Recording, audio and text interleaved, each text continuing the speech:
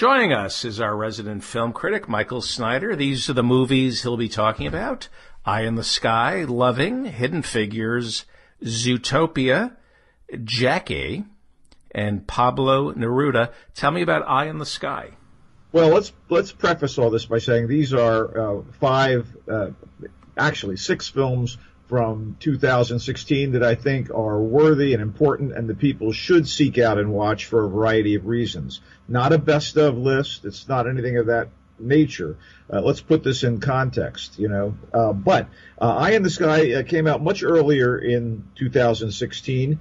And it's a film that I think is totally relevant and totally topical. It's about the current era of international terrorism, about drone warfare and invasive high-tech surveillance. It goes into the consequences of fighting this ruthless, elusive enemy with, I guess you'd call it imprecise technology, especially when it's in the hands of human beings. The movie shows what can happen when innocents are thrust in the middle of the conflict, and soldiers and agents have to deal with their individual and sometimes conflicting values for, I guess, what people would call the greater good.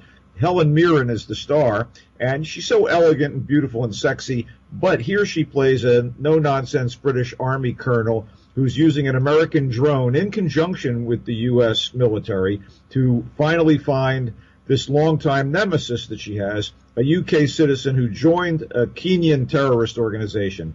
But when she finds the target, she sees the target is overseeing the launch of multiple suicide bombings. So they order a missile strike, except a little girl wanders into the kill zone. The drone pilot is played by Aaron Paul from Breaking Bad. The tremendous Alan Rickman, sadly one of the talented people who departed the Earth in 2016 and not in a rocket ship. No, he died. Alan Rickman plays a fellow British military officer in London who is trying to debate whether or not there's a moral reason to go in there and do this as the timers tick. Jeremy Northam, Ian Glenn. It's a fantastic piece of work, and there's a real gravitas to this. The question is one life a child's worth so many other, to stop so many other deaths? The director's Gavin Hood, who I guess he was the director of the Oscar-winning South African film Tsotsi, but he also did Ender's Game and X-Men Origins, a Wolverine film, so he's done a lot of commercial stuff, but he handles the moral and ethical dilemmas here with such sensitivity, and the action sequences are so tense. This is a clear and present story that's ongoing and is probably going to ratchet up this year, so I thought Eye in the Sky is very timely and something people should seek out. Loving. Loving is a very powerful and understated, historical, but real relevant and topical movie, a docudrama that has a heart and a mind and a very noble purpose. It shows in no uncertain terms the inhuman, bigoted, and petty-minded elements of society that existed in America and even exist now, as we well know, that run counter to human rights and in all too many cases, like I said, still linger in the 21st century. It's about the real-life commitment of an interracial couple, Richard and Mildred Loving. That's their surname. Brilliantly portrayed by Joel Edgerton from Down Under and Ruth Negga from the UK. And Ruth Negga is getting wonderful notes on this. She's done some work here in the States and back home. I don't know if you saw The Night of, the American miniseries on HBO. It was adapted from a British miniseries called Criminal Justice, and Ruth Negga was in that in 2008. She's been working for a number of years, and here she really gets a chance to make an impact as Mildred Loving. They married and then have fought for 9 years so she could be this man's wife and he could be her husband in their hometown, which was in Virginia. This whole idea of Virginia is for lovers. Yeah, well, check this out. So the writer-director Jeff Nichols, who also has brought these incredibly original and memorable and inherently philosophical movies, Mud, Take Shelter, and Midnight Special, is just wonderful and goes total docudrama with Loving. And yet he captures the spirit and emotion, all the elements that make the Loving story true, tragic, and resonant. He's made the personal political with Loving, and everybody delivers the goods in this thing. Do we know if they stay married? They did. They were devoted to one another. Yeah, it's kind of tough to get a divorce after you go through all that. Well, now the cynic in you is showing, but I do believe they loved one another so dearly that the tides of society and history were broached and breached by their love. So one would hope that they did stick it out together and cared for one another unto the later parts of their lives. I don't remember the details of their passing or if anyone's still with us, but kudos to the loving, brave, courageous, and bold people. John Glenn was the first American to orbit the Earth, and he passed away last year in 2016. Yep. And there's a new movie about his flight called Hidden Figures. Well, it's about more than his flight. It could have been all messagey and overbearing, but it was instead heartfelt and engaging. It's an historical drama about 3 African-American women who are tasked to provide NASA with important mathematical data needed to launch the program's earliest space missions, and it stars a power-packed trio of actresses, Taraji P. Henson, who people know as Cookie on Empire, and before that she was on Person of Interest as a hard-as-nails cop, a wonderful character, Octavia Spencer, who's an Oscar winner, and Janelle Monáe, a pop singer who clearly is a superior actress and may have started out, I get the feeling she was like a theater kid, and then she moved into music, but people knew her as sort of a flamboyant theatrical pop singer, but she's gotten into acting in spades, pardon the expression. I mean, she's truly wonderful in this, and she was also quite great in Moonlight. Kevin Costner is also in this thing, Kirsten Dunst, and from The Big Bang Theory of all people, Jim Parsons. Anyway, the story is what we see these women, as they have been shunted to one side and forced to use colored-only bathrooms at the NASA headquarters where they're working, and it's remarkable when they are proven to have so much skill and talent that they are brought into the fold despite a lot of bigotry and prejudice on the part of those around them. It's funny, the depiction of John Glenn in this movie is wonderful. He's one of the few people that goes over to the African-American contingent, which is more than just these 3 women. They're all working on computations, and introduces himself and is warm and open to them, while a lot of the stiff bastards in the NASA crew keep their distance, the white ones, the white male oppressors, if you will. Anyway, you get sterling work from Henson, and Spencer redeems herself after playing a sleazy hooker in the vulgar but rampantly unfunny Bad Santa 2. These are real women, and we do see in an epilogue what became of them, and they were brilliant and talented, and they ended up being integral to the launch of John Glenn into orbit, which was a big turnaround for the Americans during the space race in the 1960s, and eventually ended up with an American flag being planted on the moon, for better or worse. And I say Hidden Figures is definitely worth watching, whether at home on the big screen at your house or at the theater. You're still pushing the American propaganda that man actually landed on the moon. Yeah, Stanley Kubrick's Ghost and I had a long conversation about that. He did not fake the moon landing. He says that anyone who thinks otherwise is a tinfoil hat-wearing lunatic. Zootopia.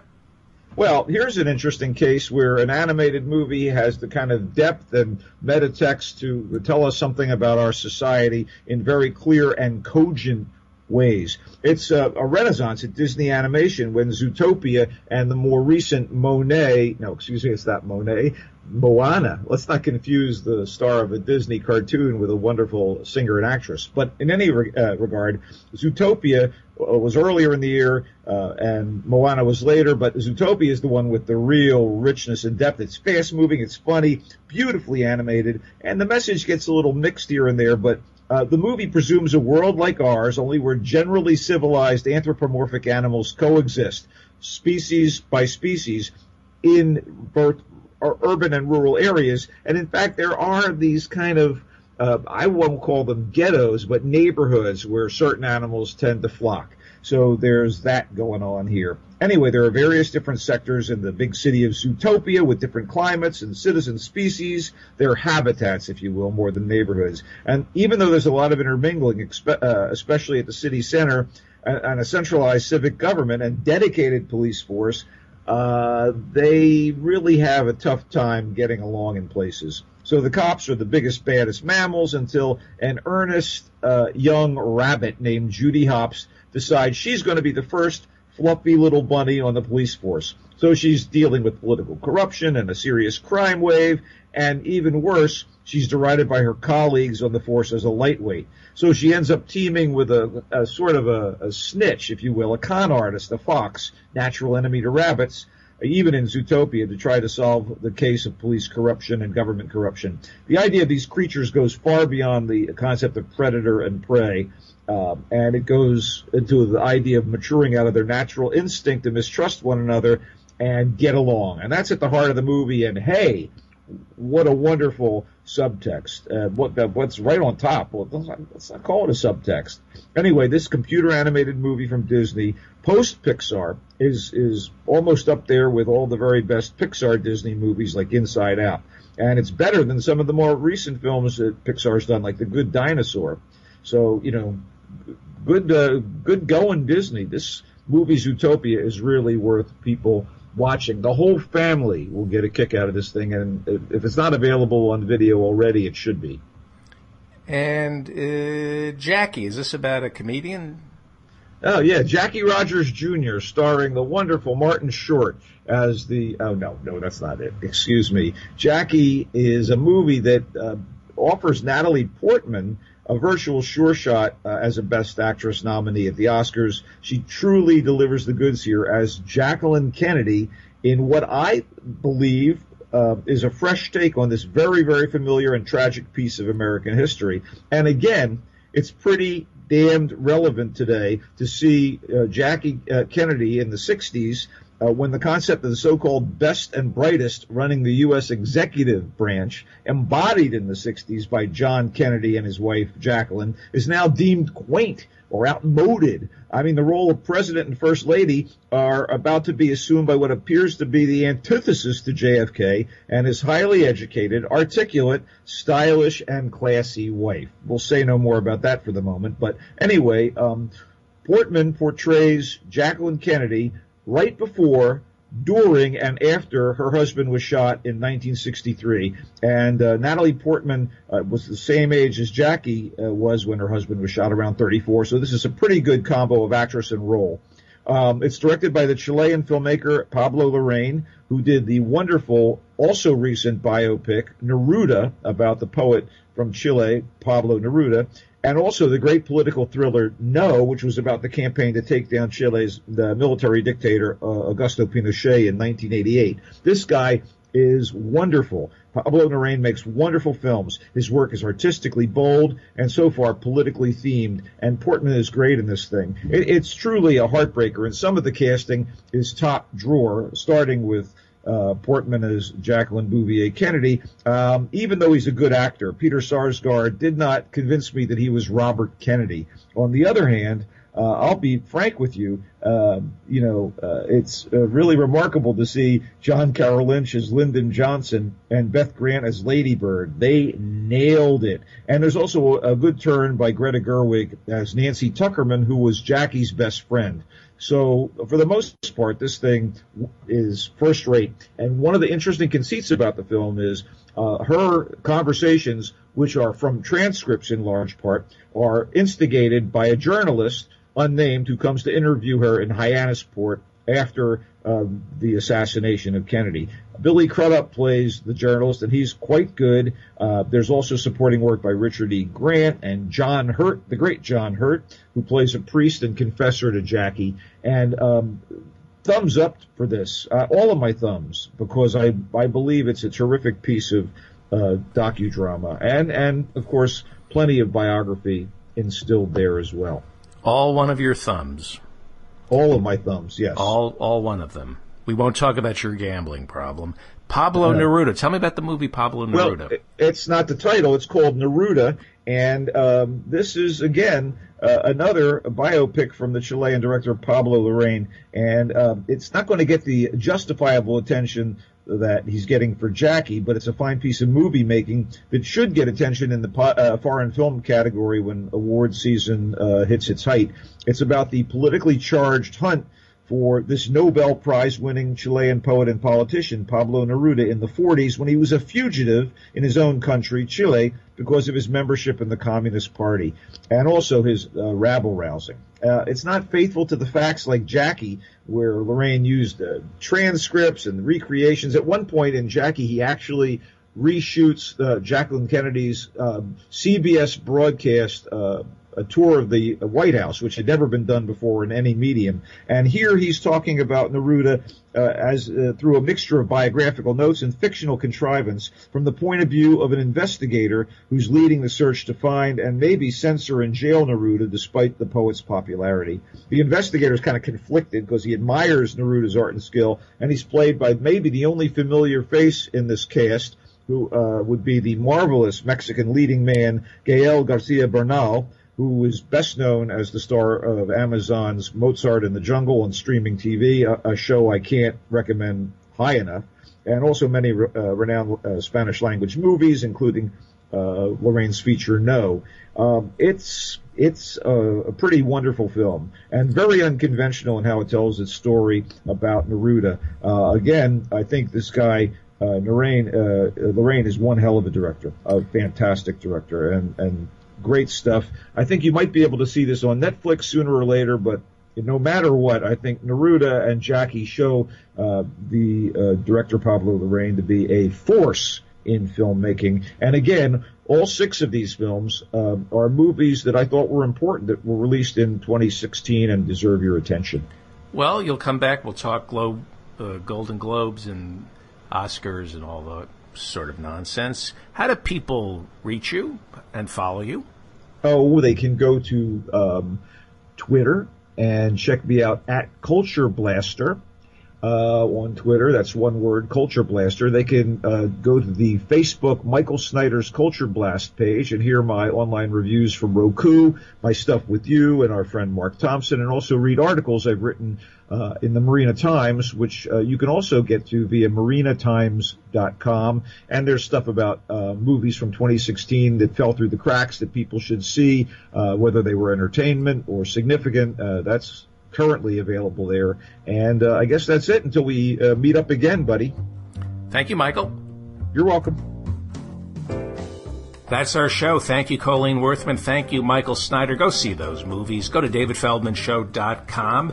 We're updating that website all the time. Do your Amazon shopping there. Give us a good review on iTunes. Give us a good review on Stitcher. Give us a good review on YouTube.